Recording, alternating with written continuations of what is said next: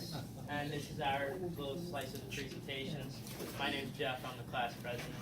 I'm Dylan, I'm the GO Publicity Coordinator. My name's Luke, I am the General Organization Delegate.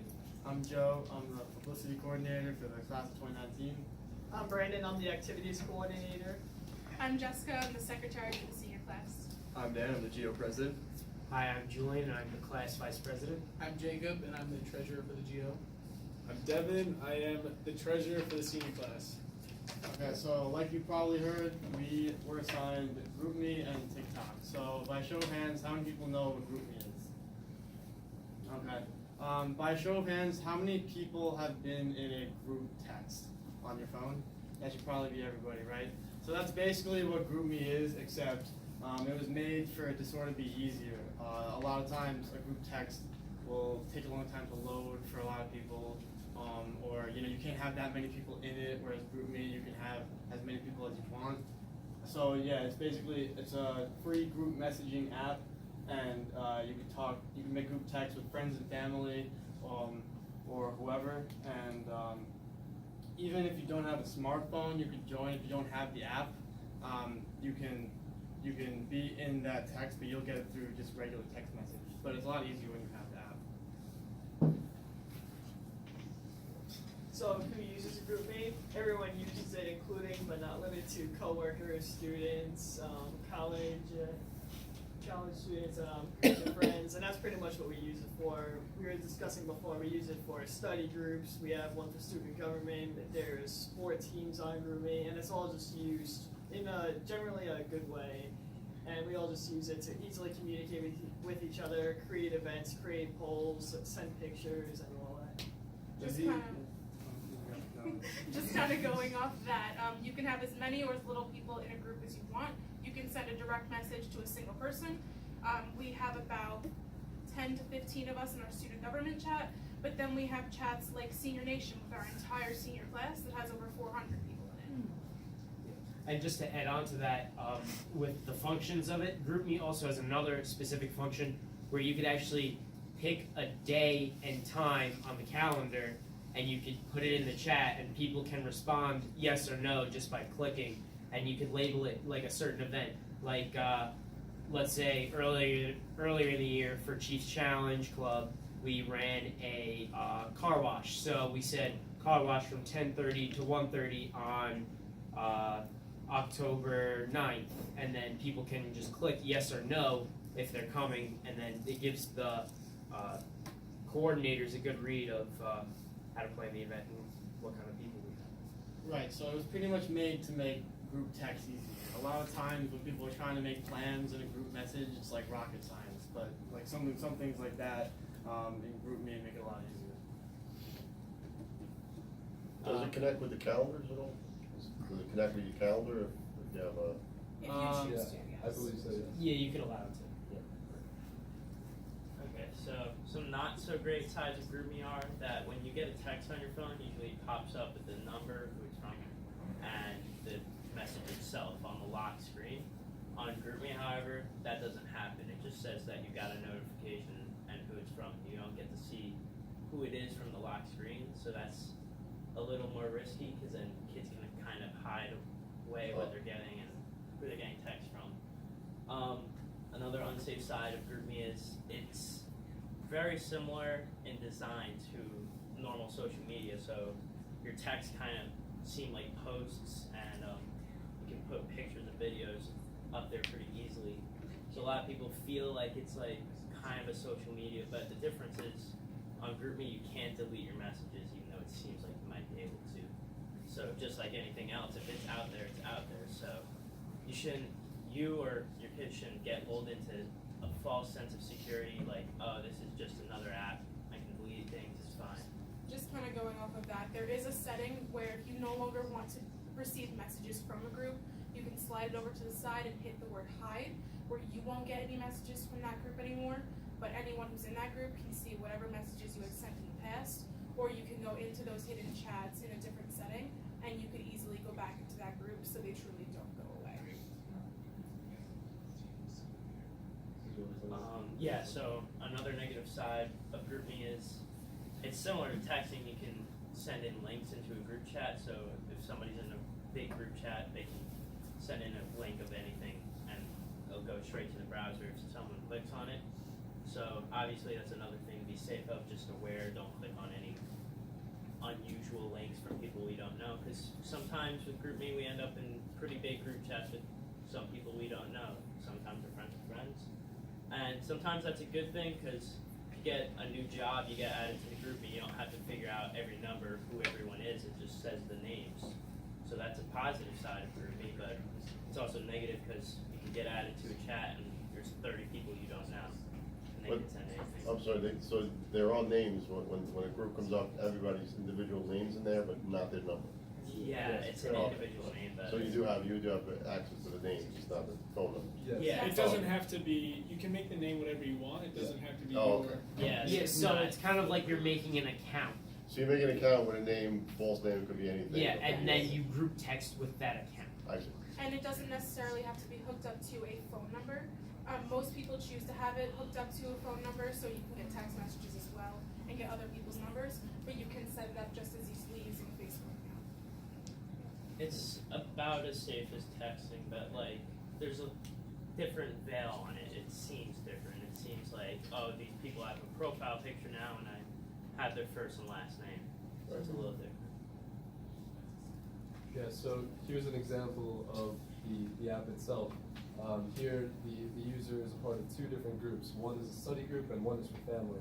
So clearly both positive things. Communication through the study group, in which you can communicate and coordinate events that you're going to join to study. As you see here, are you guys ready to study? I mean, clearly positive stuff. It's very efficient. And then, of course, the family. You can, like they said, you can send pictures, you can communicate.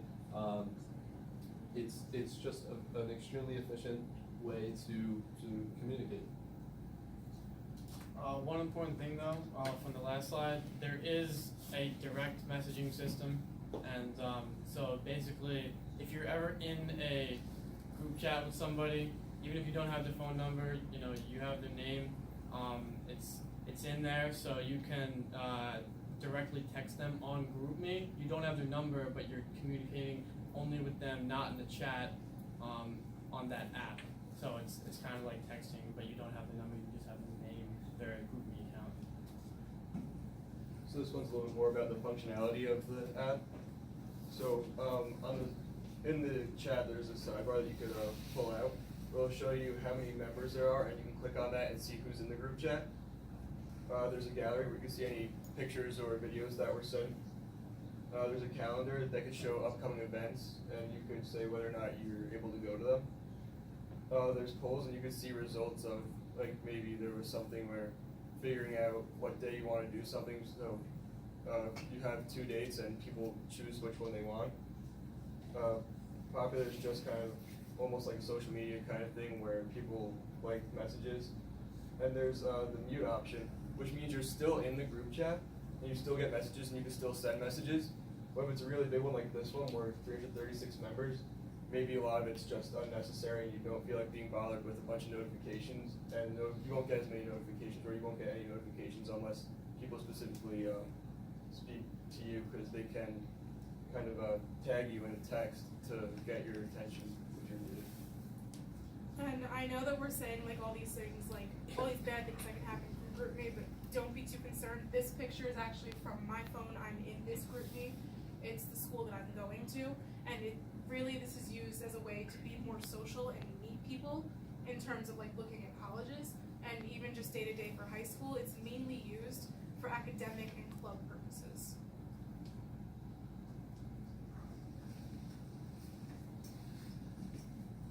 So what parents need to know. So first thing, any messages on there cannot be deleted. Another thing, even if your child is not add the person, if someone else who they're friends with is in a group chat, they can add you. So a personal anecdote of this, I was added to a group chat of 1,000 people that I had no idea who they were, and they were sending different links and stuff, so I automatically just left the group, which you can do if you go to that sidebar thing where we saw on the last slide. You can just choose to leave the conversation, and then you'll never get any messages from that conversation again. and then you can delete it even from your like message history too. So you won't have to see any of that. So that's what I did. That's the safest way to approach a situation like that. But how did you get grouped into it? Well, just if any of your friends that you have on GroupMe, or even someone that you've been in a GroupMe with, can add you. Oh, I see. So even Without if your you, permission, I'm sorry, without your permission. Without your permission. yes, Okay. yeah, without your permission, yeah, and then, yeah, don't be too concerned because that was really like a really like weird, rare thing, and it can be solved very easily as long as they just take the safety precautions to make sure that they leave the group and everything, and as soon as they notice that something's weird, and then yeah, it's really used like I use it all the time for study groups and group chats with classes, and it really has helped honestly me with my studying habits and doing homework and certain things. It helps a lot. So. Okay, so yeah, any questions on GroupMe? Can you search for groups? Like, how did you find a Delaware group? Personally, I joined that group off of Facebook. Someone shared the link on a Facebook group full of Delaware students, of people that were accepted, and I clicked the link and it asked me if I'd like to join that group. So can you search for groups though, or No, not? you can't. No, you can't search for groups on the app itself. You have to be added into it or provided a link by someone who's in the group. Or create your own. All right, so now we're gonna talk about TikTok. Get this slide. All right, so TikTok is a media app that is primarily Well, used first for. of all, we should ask if anybody, Yeah. has anyone heard of TikTok? Yes. Do you guys know what TikTok is? No. Just raise your hands. Okay, well, so GroupMe we're all really familiar with. However, TikTok is primarily used by people a lot younger than us, middle school, elementary school level, and so to get more information on it, we hired our friend Devin to research it a little bit more than the rest of us. So he's our TikTok guy for this. Devin, before you start, I know like not many of you guys have heard of TikTok. Have you ever heard of Musical.ly? Yeah. Have you ever heard of Vine? Yes. Okay, that's very similar to this. Yeah. Devin, go. Alright. So TikTok is a media app that's primarily used for sharing media and other short videos. And just like Jessica said, it's very similar to Musical.ly and Vine, and it was made off the same engine as Musical.ly, so it's like a spin-off of that. So, many of the users on TikTok are children, but there aren't that many privacy protections in place. So, many videos can be seen by strangers and any adults using the app, because the account that you make doesn't initially start private. You can make it private where only the people who follow you can see the account, but it starts public initially. So TikTok's also been reported to take the videos that its users post and use them to create advertisements without the permissions of the user. As of 2019, TikTok added settings which you have to be 13 years or older to use the app. And there's a section for users who are under 13 where it's more appropriate videos for that age group.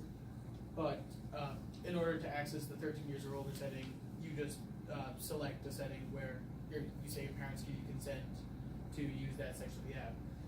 And if you're 18 years or younger, you have to get parental consent. But what a lot of kids do is they will just click that box without actually getting parental consent. Like, I can speak to personal experience in the sense where when I created my first Facebook account, I had to be 18 years old to do it. I was 13. My mom gave me parental consent, but I still put down a different year that I was born. The same thing is happening here. Yeah, and also to add on to that, from our surveys that we gave out to the 5th graders, and from going and speaking to the 5th graders, and we all asked them, do they have TikToks, and are they their real age in the TikTok? And all of them said that they were either 18 or the 13, and they had their parents say yes, and something like that. Meanwhile, they're all 11 and 12, but it just goes to show how it's not that hard to get into an unsafe situation possible with this app. So there are many pros. People are able to express their personality to others. They can make funny jokes, and they can become famous over the internet, where their videos go viral and a lot of people see them. But there's also a lot of cons, such as bullying.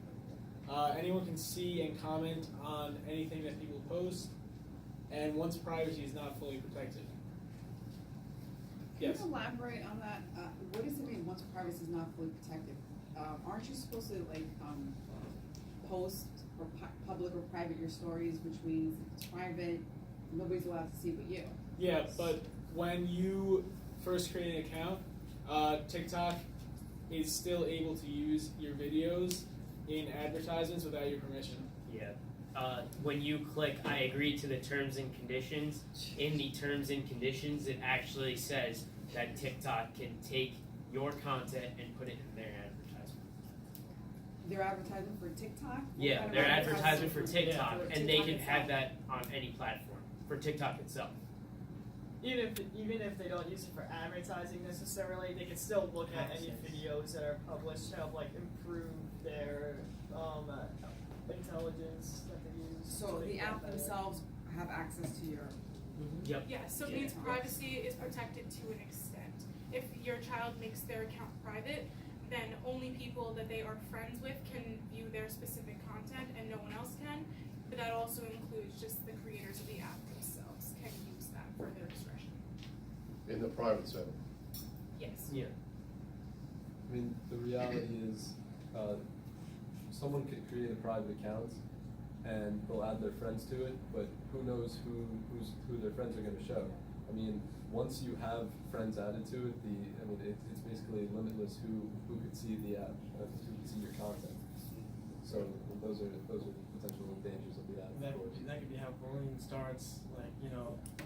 You share it with your friend, but then your friend's out of sleep over with another kid, shows them what you're doing. Right? It can happen with a lot of apps. So just right. Any questions on TikTok? A really dumb one? What kind of video do you post? Where do they come from? There's no dumb question.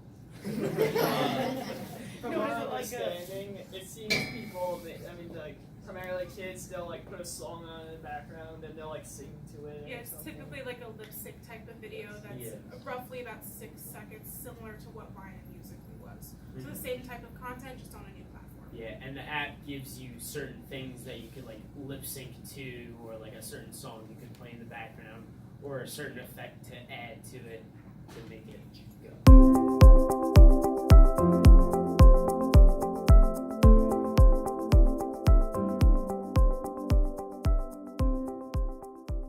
I'm Ariane Siraji. I am the 10th grade class vice president.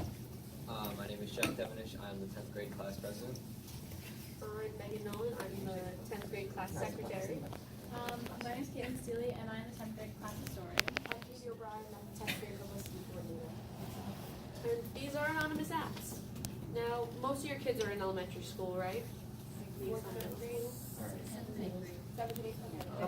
Okay, then you're gonna start seeing these soon. Yeah, they might not already. Yeah. A lot of you might not be familiar with these apps yet, but your kids will be starting to use them soon, so it's kind of a good get ready for it. So anonymous apps in the App Store are harder to identify in the App Store and on phones. They aren't as popular as other apps like Snapchat and Instagram, but they can come in 2 forms: message apps and account apps. So while most social media apps come in phases, anonymous apps see these effects on a much bigger scale. Apps like these can be popular for as little as a few months, and these apps are commonly shut down for lack of use. For example, Yik Yak. I don't know if any of you've heard of that, but I highly doubt it. Alright, so basically it was just shut down because no one used it anymore. They couldn't be bothered to keep it running because they couldn't make money off it anymore. This whole Fed situation with the these apps is the biggest reason why they're so hard to look for and identify on your kid's phone, which makes them even more dangerous than they already are. What happens with these apps is that most of them, that messaging and the account, they basically have 2 functions, and then there are several apps that basically have the same function that will just spike in popularity, and then once they're out, they're gone. So basically you have to see them if them and you have to get rid of them. So the first type is anonymous messaging apps. This is one example, the most recently popular one, Lipsy. As you can see right in the instruction page on your app, it says, post this link in your Instagram bio and receive anonymous feedback, story it. So basically that's Snapchat and Instagram, two ways to use Lipsy in conjunction with them. Through Snapchat, you can put it on your story so all of your friends can see it, but just slide up. But through Instagram, if you put it in your bio, really anyone who goes onto your account can see it because they don't even have to follow you to see your bio. So random people can write things. Alright, so in general, these apps are used by their users to receive anonymous messages. I mean, I'm sure everybody is informed of like obvious reasons why anonymous accounts on social media have their problems, but with this, you don't even have to make an account. So hateful messages, cyberbullying, things like that, basically like school drama, rumors, people saying like you're fat, you're ugly, like the whole thing. It all happens on these apps, and it's all the time from friends. So if a child is to receive one of these messages, it's going to be from someone that they know, but they don't know who is sending it. So it could be their friend, or it could be someone that they don't even know from school. It's mind games. That's why. This makes it sound so simple to say this out loud, but I guess it's just, you're just tempted to download. Tempted to, like, they want, like, compliments and. So I mean, it just like as a student, are you tempted? My child be so curious, like I just gotta know, is anybody saying anything bad about me? I'm gonna go and So basically, download this app. and if one person downloads it, anyone can use it. So your child's friends don't have to have the app. As long as he puts it in his Instagram bio, anyone can click on it, anyone can send him a message, and he won't know who. All you need is the link to it, and then you can say whatever you want. And unlike Scooby-Doo, the villain can get away with whatever they want to say. If you get that reference, which you probably do. There is an obvious draw for these apps with kids in most, like it could be in any school, elementary, middle. There's a lot of people in high school that still use these apps. They do want to see what people are saying about them, but most of the time it's not good things. It's not like someone's gonna go on these messaging apps and say, I like your outfits or something. Right. It's going to be 90% you're fat and you're ugly. Middle school is where it really like peaks the most. Right, because I'm just, looking back, you guys are young adults and you're all growing up and you're all feeling so secure about yourself, and I really think it's incredible you guys are just giving us this presentation, but like, maybe younger kids, just for the sake of, don't have that good self-esteem about themselves, they need to go and jump on those apps. Yes. Whereas I think you guys in your older school, what, your 10th and 11th graders? Yeah, 10th. Hopefully just know that you rise above this. Like I worry about like my 7th grader, my 8th grader, which I have to make sure they feel good about themselves, not to even care in the first place, so. And they're still like a little more immature. Like I feel like now if you do it, you're like, Yeah, no one why cares they anymore. still No one doing cares this? anymore, so that's a good take home With message. younger for kids, the even more problems Like, could happen. it's like not like cool to do it. A lot of Right. times, like when you're in high Got it, school, thank you. it doesn't really matter. Yeah, but in middle school, people can see it as cool if you use this. Yeah. But at the same time, by trying to be cool, you could end up just hurting yourself more by getting insulted by whatever random person decides to comment whatever they want about you. I really think it's just the curiosity. Right. So these are, we have four Still. examples of that. There's just a bunch of pictures of the apps that we've mentioned, but obviously there's like. Yes, and these apps, they do come and go really quickly, so it's important you know some basic ones for now, but say in like a month from now, the apps that we mentioned will no longer be relevant. Saraha, for example, Saraha, whatever, however the hell you want to say it, whatever you want to call it, it's been out for a couple of years, and it's really dying now. No one really uses it, and it might just go the way of Yik Yak that we mentioned earlier, which is just complete removal. Lipsy, however, has become much more popular recently, and is really just a clone of Saraha, and Same thing. yeah, all these apps are just going to essentially do pretty much the same thing. AskFM is another example, which is just really dying out as well. In fact, it's already died out. Yeah, that's died out. It's like really good. These are the four that are actually still relevant. But honestly, we just found this app at our last session. We're gonna get into like, we didn't even know what this was. We never heard of it, but the parent just checked in the feature that we're gonna show you on how to check your kids' phones later, and their kid just downloaded this app. So we're not sure if that's anonymous or if it's with your Okay, so message apps are commonly like popular social media suggest that people can send messages through there. This function makes it easier for users to send messages as they don't even have to make an account to send them. With this function, users on Snapchat can send anonymous messages to another person. The messages are often violent and inappropriate. There's no reason you really want to have these apps unless you're, say, fishing for compliments or just trying to be cool. There's no benefits of it. Or looking to start a problem. There's a Yeah, lot of, honestly, there's no benefits whatsoever to this. no, there's a lot of, on like, on Snapchat, Instagram, there's a lot of benefits to talk to your friends, but this, there's no point to it. Okay. So the next type Just is confused, I've never heard of this before. So you download the app and then you send messages through other social media Right. channels? So you download, so say you got Saraha, you would download that, it and will then, give you a link. and it gives you a link, so then you use the link to put into like your Snapchat, and then you put it on your story, so like all of your friends can see it, or you can put it in your Instagram bio, and people slide up, and then you'll get a notification on the Saraha app saying what That's they how said. we use it. And So you have to copy the link into your Into your Instagram bio account in order to get anonymous messages. And on Instagram, So they're anyone, choosing to get anonymous messages. Yes, Yes. it's completely optional to use these apps, but you don't need to download the app in order to send a question or comment, a hateful comment in this case. In fact, some of these apps weren't even meant for kids to use, like Saraha, that started out as something for businesses to use between coworkers to rate their overall performance. But eventually kids found out about it and it kind of went downhill from there. So the next type is almost incredibly more dangerous than the first. A little bit less popular, especially with the young kids, but you really never know. And that is the anonymous account app. these listed. Those are just some examples, there's plenty more out there. This one's. Yes. Okay. Alright, So these apps, or the one we're discussing at least, are more like, okay, like Monkey is more popular. It's kind of like a mix of Snapchat and FaceTime, but with strangers. So you go on, Any of you ever? Oh, go ahead. you go on the app and it'll find, you can talk to anyone in the country for 15 seconds, and then you keep on adding time on the bottom in the purple. You can add each other on Snapchat, or you can report them. And as you can tell from the photo, most people, it's supposed to be marketed as like making new friends, but from the photo you can kind of tell that this is the photo that I put on the Yeah. App Store. Yeah, This is what it's they're the one that marketing. shows up when you look. Yeah, it's a bit more suggestive, if you will. it's like Yeah. speed dating on your smartphone. However, kids don't need I mean, the kids, like especially young kids, really in middle school, nobody's going to be using this. It's more for older people, but for young people, it really does pose a risk because the name of the app is Monkey. That sounds very innocent. It's emoji based. Even the report icon is an emoji. Yeah, so, the Snapchat thing is a ghost. Yeah. So honestly, it's really going to be like if you're very vulnerable, if you have young kids, if they don't know what this is used for, it can put them in some really serious shit.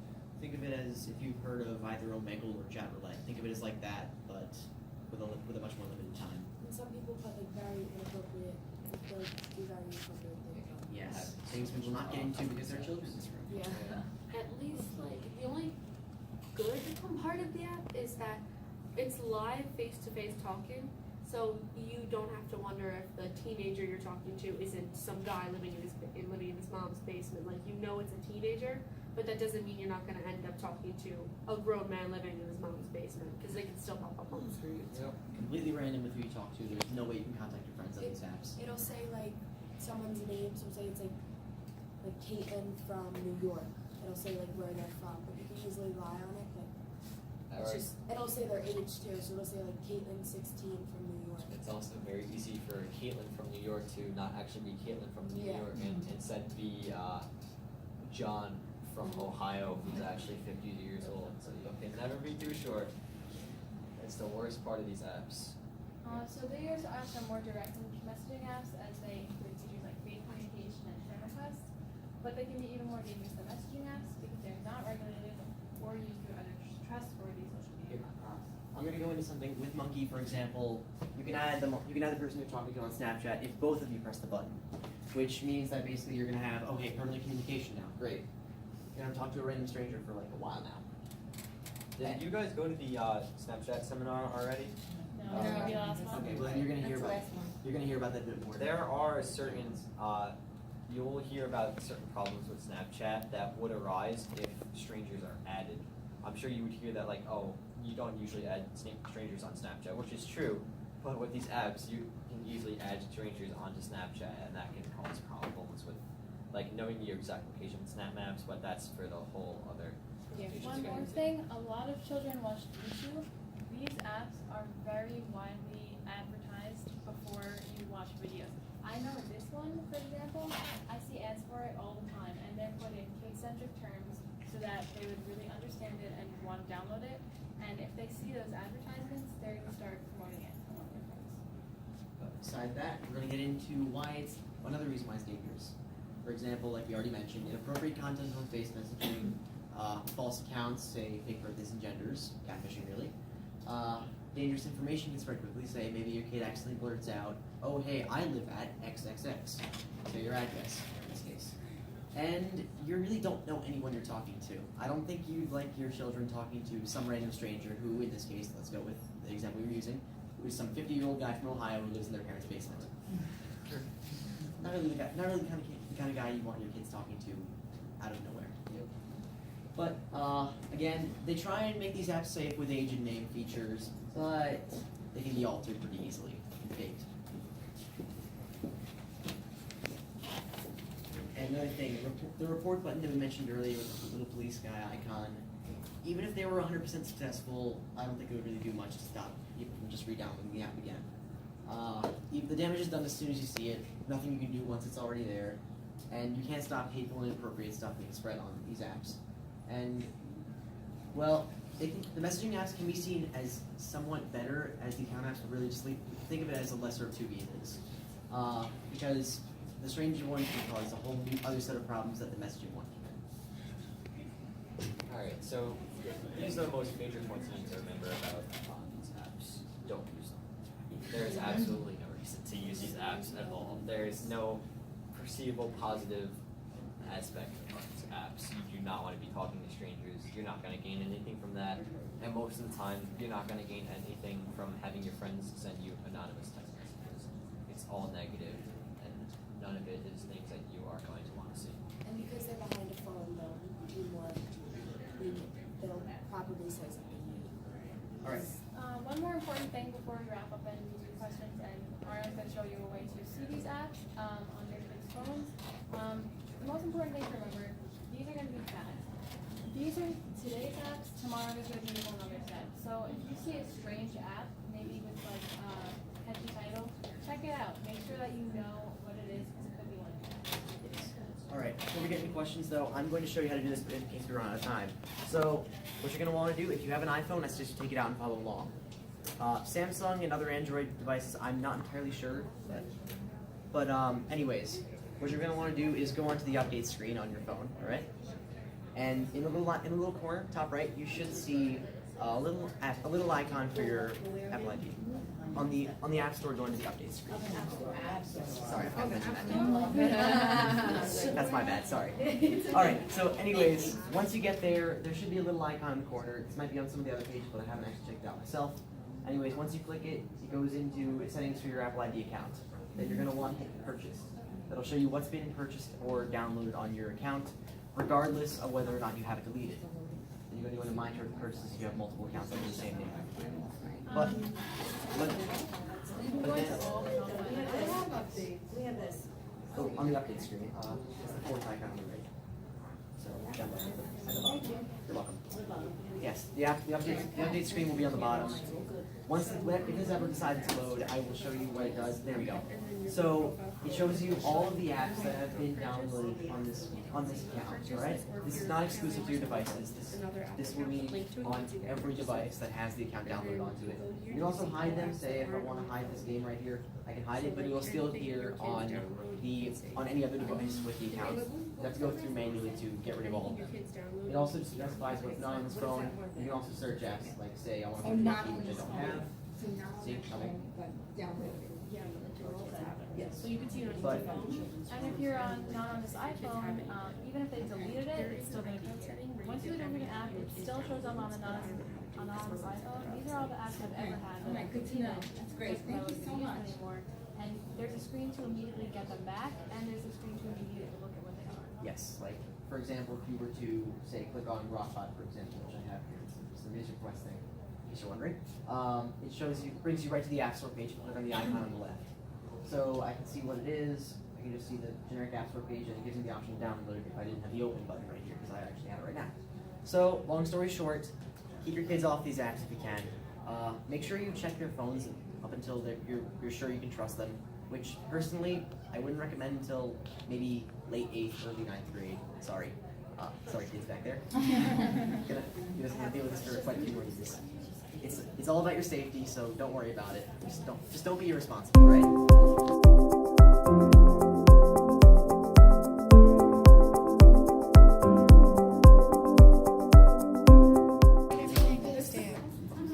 Hi guys, we're in the 9th grade class at AM. Today we're presenting Instagram. My name is Anthony Langone. I'm Alex Rodriguez. And I'm John Dibbins. Please enjoy, and we'll take any and all questions, I guess. Please. We only have 4 slides, so we don't need all the questions. Anyway, what is Instagram? It's a social media platform.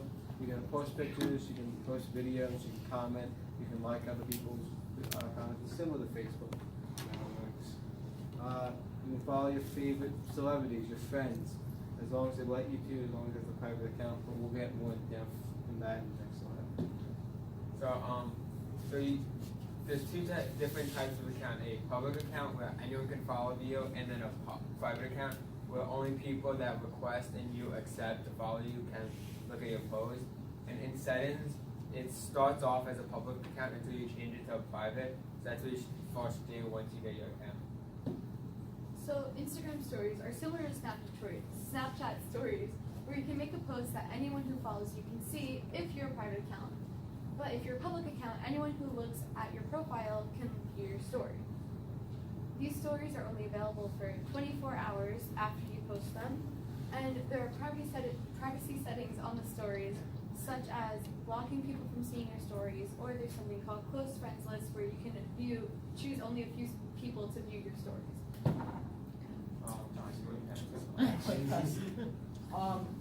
How Instagram works is, well, first you gotta get the app, then you get an account, then first you take a picture, then you have to post it to Facebook or whatever it is, Instagram. You apply photo edits and filters, like let's say there's something in the picture that you want to get out, you can edit that out, or if you want to add a little pizzazz to your picture. Then you can add a caption to your picture, but also you can add a location, but that is optional. And with locations, basically you can say wherever it is. It doesn't have to be where you are, because I remember in High School Musical they were doing Mulan, and basically they said Harvard. They posted a bunch of pictures on Instagram and said, "Oh, Harvard Law School is the location," because one of the locations of the show was Harvard Law School. But yeah, locations aren't mandatory. So, and then finally you post it to Instagram, and then yeah, basically people can like your like, comment, and follow your posts, and yeah. Any questions? Any questions on Instagram? That was pretty fast. Yeah, we did not prepare well. There's probably a bunch of mumble jumble in there that you guys didn't understand. So, an Instagram story, you know, like a Facebook post?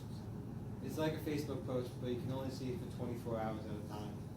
After that 24-hour period, it's apparently you can either save it to your Instagram account or you can get rid of it. They say you can get rid of it, but some people can find it even after it gets deleted. And now, for private account on Instagram, I'll just go into the type of account. Private accounts are more safe for you, but you don't. All people that were already following you when you were a public account automatically start to follow you when you become private. Now this could be a problem. Say if there's someone who's trying, with malicious intent, trying to hurt you or find your location out, you don't know if they're on there or not. So it's good once in a while to go through who you're following, who's liking your posts, who's checking up on you, and you can check by the like feature that's on the bottom. Okay. You can block followers, right? You can block people for they can't see any of your posts, they can't see your story. Only reason they can to see it again is that if you unblock them, which why would you do that if you already blocked them? And another way that you should stay with your account is scroll through your comments to make sure no one's saying anything hurtful to you or anything that's bad or inappropriate on your post. If you do see anything that's bad, the school officials can help you out. You can go to the police, but that's pretty drastic. Or you could just ask your parents if it's something like minor. So my Instagram account, my husband's Instagram account, say like mine was private and I have a private, like with him, and he turns his public. Whatever I post, if I tag him or anything like that, or if he's following me, would my picture become public? No. No. Only the followers of you can see it. Also, if you're tagged in things, I don't believe. I think you have to look for it, but your followers, unless they're really looking to see what you're tagged in, don't really see, because you have to really look. So if you're private and people, because I have Instagram, we're probably on it, but if I want people to follow me and I'm private, do they have to request Yeah. to let them, okay. And then you have to accept it, so. And in order for me to follow my son, he has to accept me, right? Yes. You said something about It's a location. Yeah, exactly. You can, on any pictures, put a location, but sometimes people will put I know, let's say for an example, Legally Blonde, when people did Legally Blonde, they put Harvard Law School as something that was part of the show, but that's not where they actually were. You can choose to put in a location of where the picture was taken, you can be Disneyland, Florida, if you have a picture from Disney, but that's optional. It's not gonna tell anyone the location if you're not choosing to show where your location is. So it's not where exactly you are right now. So That's if what I I posted meant, yeah. a picture from a few weeks ago, I was in California, they can't go and see that I'm right now in Massachusetts. Oh, okay. Thank you. So question with the hashtags, if you also, I'll just use the sports segment. If you film something and it's at a baseball game or a soccer game and someone puts hashtag soccer Massapequa, hashtag football Massapequa, what does that hashtag do? It opens up a conversation to the open Instagram world? Basically, anything with said hashtag, you click on it and it goes to an entire list with all posts of that hashtag. Let's say. But it's only if you follow them, or if it's a public account. So let's assume your account is public, right? You Yes. put that in there. Does that expose that post to anyone? To anyone who wants to see Anyone it now? that's looking at that hashtag can then see. So if you put hashtag soccer and your account's public, then they can click on hashtag soccer and look at any public posts that are under hashtag soccer. And if it's private, Then only your followers can see it. what if it's a mix? I mean, if somebody who is public posts hashtags or Massapequa and somebody who's private posts as well, because they were on the soccer team, and they're following the hashtag. If you're private, the hashtag will lead to a bunch of other photos, but all those photos are public. Say that if I post after the football game that we won hashtag winners, you only see, if you click on the hashtag, you only see other people posting the same exact things, and the accounts are either public.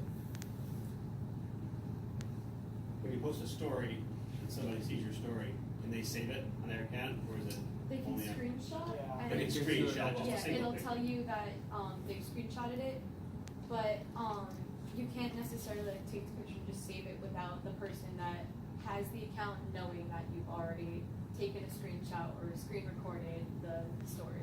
So if your story is a video, it can be screen recorded by somebody else too, right? Yeah. Streaming the recorded video. And they would know that you're taking a picture or taking a video? They You would know that? that they're taking Oh, the picture wow. of it. Is that new? Yeah, I know. I know Instagram stories are new, so I think it was anyone's the ad. That doesn't stop somebody though from having another phone and videoing it. No, it doesn't Right, stop that. right. Yeah, that could happen. That's why you gotta be careful to what you post. Yeah, It's exactly, it doesn't go away. Yeah, let's talk a little more about that for the young ones in the classroom. Anything that you put out on the internet can be screenshotted, can be shared, And will be does with not you go away. forever. Yes. I just say that, please? So where you post pictures of puppies, food, whatever your deal is, it's going to be there, and people will find it eventually. Even if you delete it, it's still up It's inside. still, they can always find it. Instagram can be a tool too. Say that you're really into sports, you can make your whole page about your daily life through sports and stuff. Colleges can see that, see how hard you're training, what your goals are, why you want to do this, and you can probably maybe get a scholarship also. That's also a downfall that all these colleges can look through you and just see everything. So if you post it like when you're in 10th grade that you're out with all your friends, like drinking, and they Doing can stuff. then they can see that and they're like, do I really want this kid in my college? I do have to admit, we've highlighted a lot of the bad things, but there's a lot more, a little bit more good than what we've said that can come out of Instagram. Like, you can find out some interesting things, like, for example, there was a karaoke contest, and winner gets to perform on like a Broadway stage, big thing that was going around, and my friend told me about it, but wouldn't have known about it if she didn't have Instagram. So there are some positives, but there's still a lot of negative to it. There's also Instagram Live, a live stream that you can do on a live service. So, you record a video of yourself. It's live stream. You can interact with people. They can live comment things to you. Say you got a soccer game, and you score a goal. They say nice goal, but they often say mean things about you, and that's also saved on Instagram. And you can't really regulate what comments people post. You can block the comments that people post, but For the live stream, can you just do that if you have a private account? Yeah. And only your followers can see And that way you can just do it with family. Yeah. So you can't live stream if you have a public account? No, you can. Oh, You can live stream either way. Oh, okay. So I'm sure everybody has their own thoughts on what age is appropriate to allow your kid to have an Instagram account and so on and so forth. Do you may not have the answer to this, but I'm curious, are there any forms of parental control outside of the mom or dad requesting to be friends on Instagram to police or see or put any control metrics in I place? know there's a 13 age, like just supposed to be like a certain age. I think it's 13. It's like But a lot of kids, when you fake their age, Right. say they're like older than that just so they can get it. But I don't think there's anything where your parent can go in and see Well, and they control what you I post. do know, because when we did the 5th grade presentations, kids were saying that their parents had the app and had their password and username to go into their account and look at what they were posting and make sure that everything was safe. So it's a good idea to do that. Knowing everything good and bad, like, oh, sorry. No. Do you have, like, I know kids are getting it earlier and earlier, my daughter's 10, but do you have a suggested age, or do you not think it's a good idea for a 10-year-old, 13? 10-year-olds, probably not. I said no so far, but I'm just wondering. I say didn't you get never any know. social media until last year, so Wow. yeah. Okay.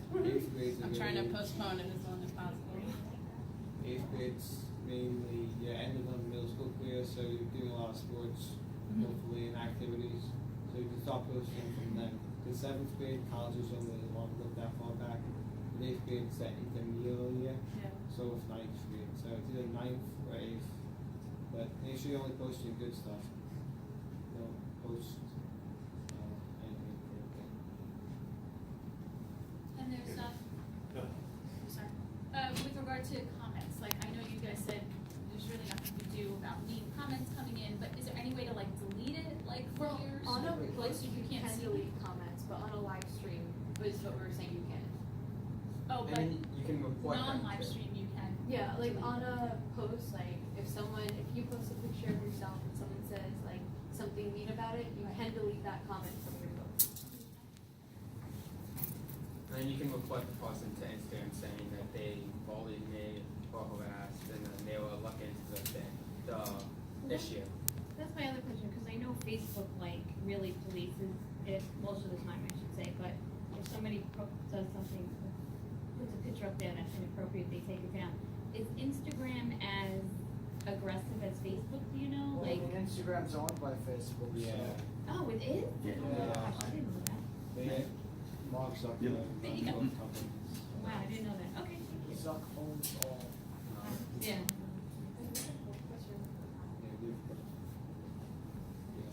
Yeah, I have a quick question on, maybe you can fill me on the way out. How do you know if your account's private or public? I'm trying to figure out. There's in settings, if you go to account privacy, it'll either say public account or private account, and then you have to switch it to private account on. But if you started at public, switching to private is too late in some instances, but it sounds like anybody who saw you before you went private can still follow you. Yeah, Yeah, but you can they'll remove that. automatically be a follower, Oh, you but can you can remove remove it, followers. yeah. You can also remove a follower, it won't notify them that you removed them from being one of your followers, but you can. Unless they don't start dropping in there in the class. And let's say you have like a ton of subscribers. I don't really followers. Sorry. Let's say you have a ton of followers. I don't really think you're gonna have time to go through your plus 2,000 followers to delete every single one that you found wrong. You could block them, but I doubt you'll have the time for that.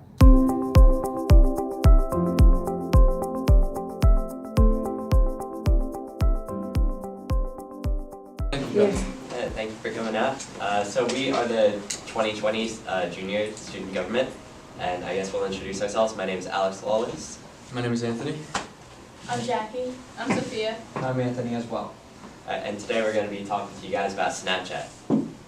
Now, how many of you guys have Snapchat? Alright, so a few of you. How many of you have kids that have Snapchat? Most of you. And do you guys like know what it is, like the basics of it? This is one some of do, the some don't. would be a good one. Yeah, so that's what we're going to explain to you guys today. Probably one of the most popular, among kids today. So. younger ones. Okay, so to some people use Snapchat, basically like texting with pictures, so there's that picture, and then there's a little caption in the middle of a message you want to say. Again, sending quick messages to friends along with posting a story. Are the main uses. Okay, so for one of the big things is when you have all your friends added on Snapchat, like you individually have to request and add your friends, so that's one good thing with privacy. And then the second thing is you can have a streak with someone, so you have to send a image back and forth with someone for 3 days straight. So that's what these little icons on the side are of how many days that you have a streak with them. It really doesn't mean much other than like, oh, say you have a longer streak with this person or that person. It's just how many days that you've consecutively had a conversation with them. So the next thing is SnapMap. It's a new feature that was recently added to Snapchat. This can be a good thing and a bad thing as well. So SnapMap basically just shows your location to all your friends, which is good because you could say hi to your friends, look, I'm here, or I'm traveling on vacation, I'm all the way over here. But it can also be bad because it shows your location to all your friends, which can be bad because if your friends are hanging out and then you see that they're all at one person's house and then you get jealous or you feel bad that they didn't invite you. And then also like stranger danger with that too. Yeah, but there is a new function also where you can put yourself on ghost mode, and that's in settings where now your friends cannot see where you are, but you have to go into settings and click on ghost mode, and then you're basically invisible to the world. No one can find you and say you're here, they can't see where you are. And then also, I believe you can make a settings on who can see your location, so you can specifically select the people of your friends who can see where you are. But I think by default, it just shows your location to everyone, unless you tell it to do something else. And someone you add as a friend doesn't necessarily mean that you're extremely close with them. It could just be someone that you're an acquaintance with that you necessarily don't want seeing your location. So definitely encourage ghost mode or selecting the people that you know that should know where your location is. Can I ask a question? Can, like Facebook, if somebody's friends with somebody else, can they see your location? Or you have to be friends with them? You have to be friends with Okay. the person. And there's also settings where you could, play around and adjust, friends that can see, friends of friends. Got it.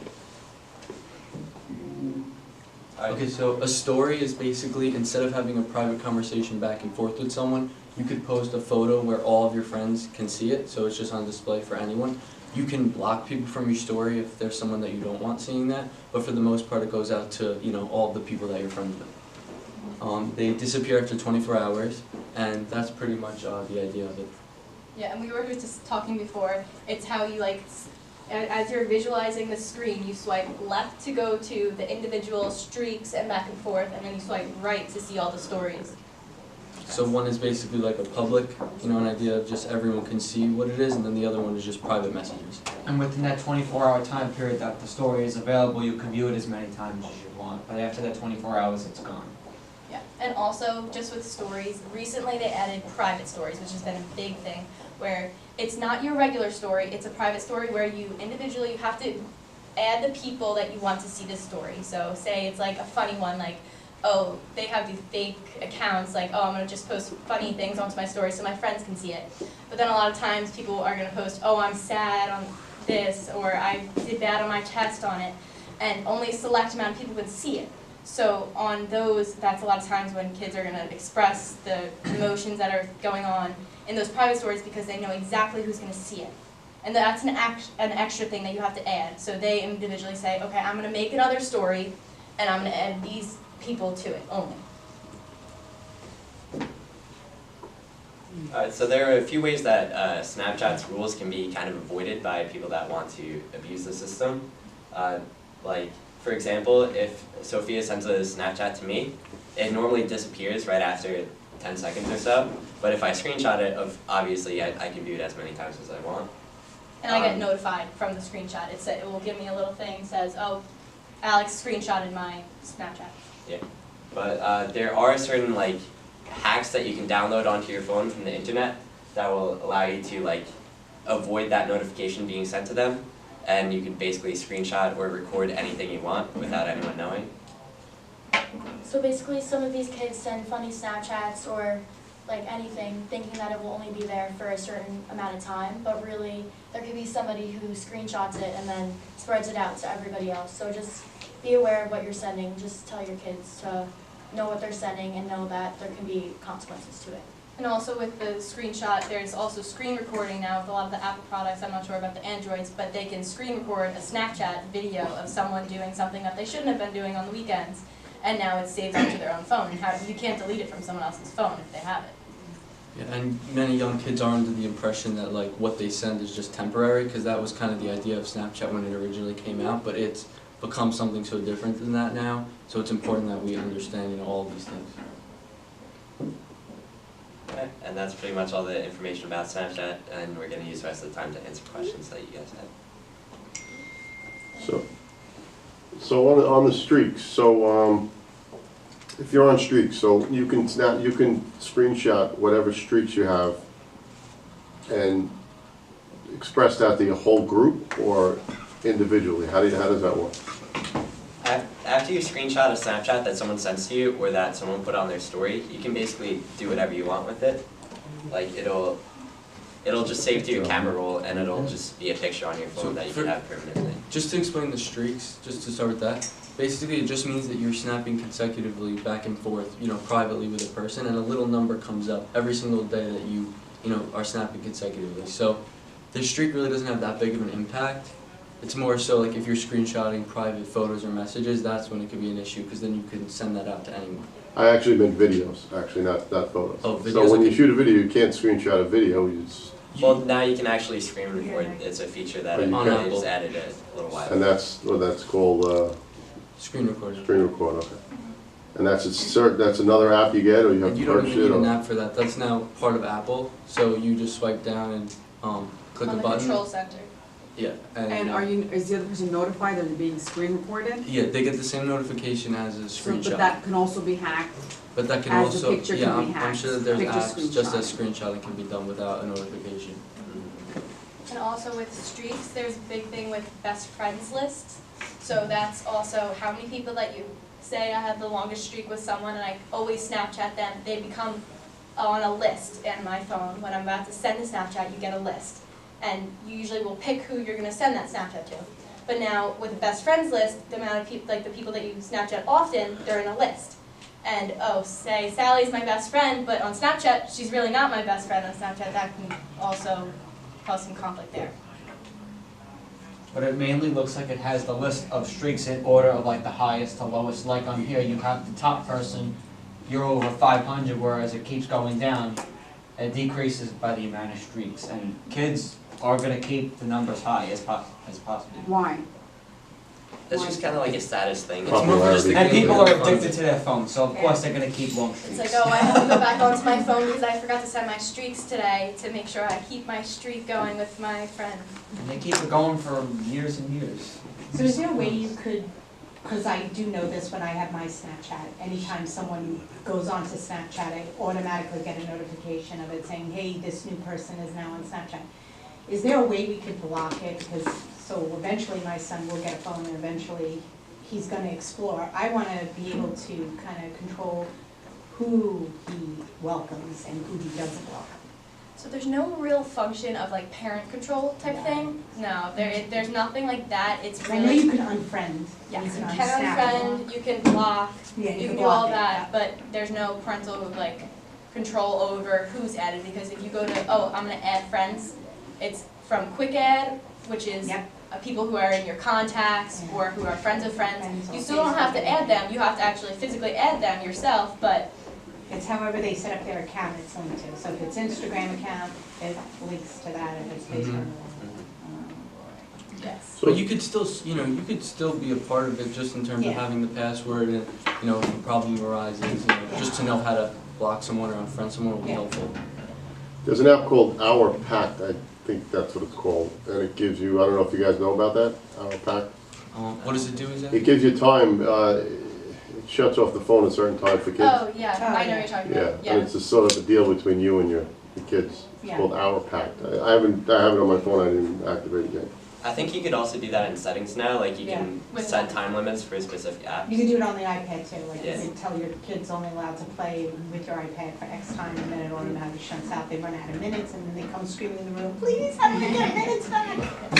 And that's in settings, you can do that? Yeah.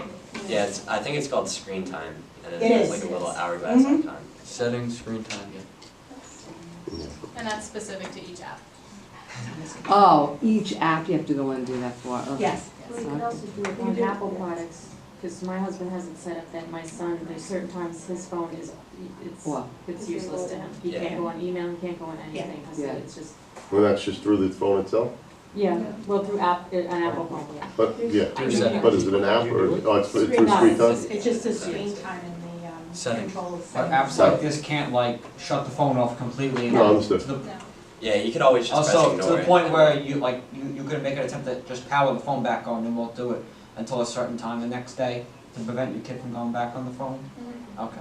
But can you leave, will it stay on just for phone calls if you? Yeah, you can text still or get phone something? calls and stuff, but like most web-based things. Yeah, Things you it can't do. only impacts web-based time. It doesn't, for a phone call, that's a separate feature altogether with the iPhone. It's two separate packages. One's a data, one's a voice. Oh, right. So it's two separate. Just one other thing I want to add that we wasn't mentioned. There's this thing called My Eyes Only for the Snapchat user. I don't know if you guys know about this because now, where you go to memories and My Eyes Only is you can take a picture from your camera roll of your actual phone and move it into a My Eyes Only where it's locked in this kind of room. Now it's locked in this space and you have to put a password in to view it. So they can save these pictures from their phone and put it to My Eyes Only. So you do need to know if you're trying to regulate your kid's phone, that password to My Eyes Only. That's also something you should know about. Isn't it like the Vault? Isn't there like a thing called the Vault? Well, Yeah. there's also separate apps you could get where like you have an app that just has a passcode and you could enter the passcode to view the photos that you put in. But now Snapchat kind of eliminated the need for that app because it's basically an app within that. Got it. So. Is there a way to hide apps? Like if my kids have this like vault thing, like where Yes. We did, for the 5th grade presentations, we did have a slide on that where there was like a calculator. It looks like a calculator, but really it was like a hidden hide photos app, right? That was one of them. The Smart Hide app, so basically the icon on the front is a fake. So it's for when parents would check their kids' phones, they're thinking, oh, I'm not gonna check my kid's calculator, because why should I care? But in reality, it's a social media website and your kid could be posting inappropriate things on there. So that's why they would put a fake icon. And you enter the password, it looks like a calculator. Yes. So even when you click the app, it looks just like a regular And there are calculator. other things that would trick you to not to go into it thinking it's social media. so kids can try to get their parents away from their social media. Yeah, so if it's called like Calculator Plus or the icon looks a little different than it does on your phone, you should probably just check it out. We made sure we told the kids to not use those apps because they can cause them a lot of trouble. He has it on his phone right here. Good, I'm seeing what I got. I got pictures of food. Oh, shit. I got a steak with some That's your diet, grain, that's- some salmon. But it's a calculator, that's pretty Yeah. well. They have a lot of sneaky That's really good to things know, up in there. okay? Way too many. Hidden icon. Is Snapchat Yeah, what's that? totally It's not- private though? How would you don't know what it is? In terms of, so like there's nothing public about it? Like Facebook can be public or private, right? Is there anything public? You can go public, I think, yeah, if you want everyone to see your stories, which But is. that doesn't have to be on But by default, if someone adds you, you need to accept that for them to be able to see your stories or your Snapchats. They can't communicate to you unless you accept that they're your friend. But it's very easy to just, you hit one button and they're your friend, so Yeah, it's very like easy, nothing. easier than most That's apps. why I asked. It's like the same thing with Instagram. You can have either a public or a private account. But with Instagram, most people have private accounts because users who don't have an Instagram account can view public accounts and view all the posts without even having an account. So going private on Instagram, you would have to have an account for somebody to view. Yeah. So that's why most people go private anyway, just for safety. So by default, Snapchat is private. Is there anyone that's still very confused or? It's too So clear, everyone actually, usually way lost. too clear. Yes? So these hack apps, are they illegal, is it illegal to screen record? It's actually, I think it's without against the Apple's, center? it's against Apple's terms of service and they they really don't want you doing it, but there's no way they can stop you from downloading They've it. tried to crack down, like Snapchat has tried to crack down on it where, you know, the apps don't work, but there are still ones out there that, you know, will work and so, Yeah, Snapchat has some systems in place where it will detect if you're using one of those hacked apps, and it'll like ban your account for a certain amount of time. And I think they're getting more tough on that as the years go by, but there is always going to be a way around it. Yeah, sure. Always clever enough. So, this Mara, like, talk about how did your parents regulate your cell phone usage? Did they? No. My parents have all my like passwords or whatever, and at night occasionally my mom will be like, "Oh, can I see your phone?" So she'll go through my phone at night. But she has all my passwords, so it's if she can get access to it, then she can see anything. But until it gets deleted though, Yeah, right? Until it gets deleted. on Information Snapchat, gets you know, deleted at some point, I don't. we opened Is it. it 24 hours, is it less, is it seconds? No, only a story lasts for 24 hours, but Snapchatting back and forth privately, you click it and then it's done. So a parent has no way of really Well, not for reading it. Snapchat, Not but for for other Snapchat. stuff. Yeah. Would you say that Snapchat's the most popular one out there? I feel like, One of I feel like they think it is, but I don't Because know. it's very secretive. if Because that it's makes secretive sense. and it disappears and it's done. I think for kids our age, it's probably like tied in popularity with Instagram. Yeah. Yeah, it's definitely up there. But then I don't know if most of you know, but there's filters, so all the little kids love to go onto the filters and make themselves like look like a dog and all that. Yeah. So that's also drawing a lot of the younger kids onto Snapchat. I have my kids as eggs. Yeah. They're in the car. I mean, yeah. Anything else? Is there a home service for this? Any of you guys hire? Yeah, absolutely. Seriously, it's good business for you guys. Yeah. I'm serious, I'm completely Yeah. serious. You can take one of our numbers and text us any questions. Yeah. So, Oh, you guys do getting you see recorded the tonight, kids right? run into Yes. this whole thing where, because I know some kids abuse the social media to hurt others, so obviously cyberbullying. Do you see it happening often in Snapchat now? Because I feel like there's so much potential for it. Much more in Snapchat than a lot of the other ones like Instagram. 'Cause it's Those don't go instant away. fun. Instagram and Facebook and Twitter, those don't go away. Snapchat does. Yeah.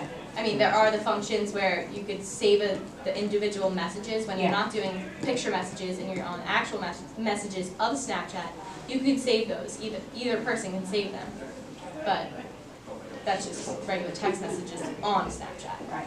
A lot of the times with the abuse or like bullying, it won't really be as direct, but like someone will say something on a private story, for example, and they just won't have that person added, so they won't expect them to hear about it, but like word gets around, obviously. Yeah.